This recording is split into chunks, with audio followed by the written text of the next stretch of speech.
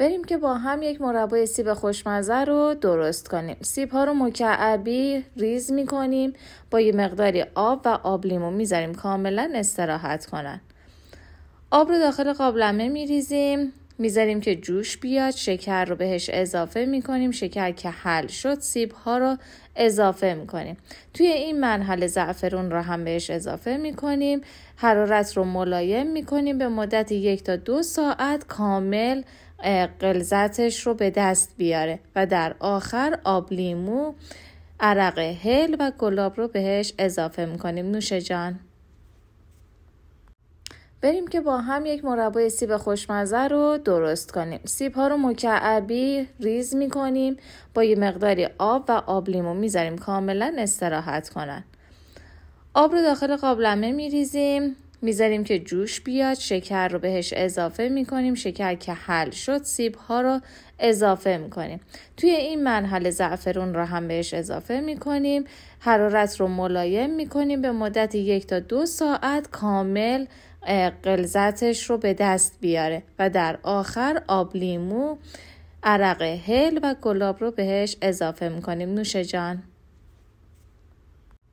بریم که با هم یک مربای سیب خوشمزه رو درست کنیم. سیب ها رو مکعبی ریز میکنیم، با یه مقداری آب و آب لیمو میذاریم کاملا استراحت کنن. آب رو داخل قابلمه میریزیم، میذاریم که جوش بیاد، شکر رو بهش اضافه میکنیم. شکر که حل شد سیب ها رو اضافه میکنیم. توی این مرحله زعفرون رو هم بهش اضافه میکنیم.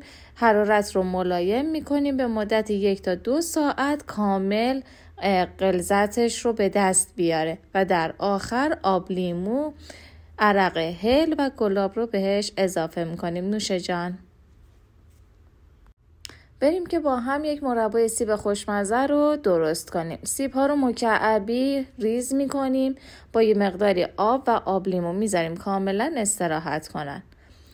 آب رو داخل قابلمه میریزیم، میذاریم که جوش بیاد، شکر رو بهش اضافه میکنیم. شکر که حل شد سیب ها رو اضافه میکنیم. توی این مرحله زعفرون رو هم بهش eضافه میکنیم. حرارت رو ملایم میکنیم به مدت 1 تا 2 ساعت کامل غلظتش رو به دست بیاره و در آخر آب لیمو، عرق هل و گلاب رو بهش اضافه میکنیم. نوش جان. بریم که با هم یک مربای سیب خوشمزه رو درست کنیم. سیب ها رو مکعبی ریز میکنیم، با یه مقداری آب و آب لیمو میذاریم کاملا استراحت کنن. آب رو داخل قابلمه میریزیم، میذاریم که جوش بیاد.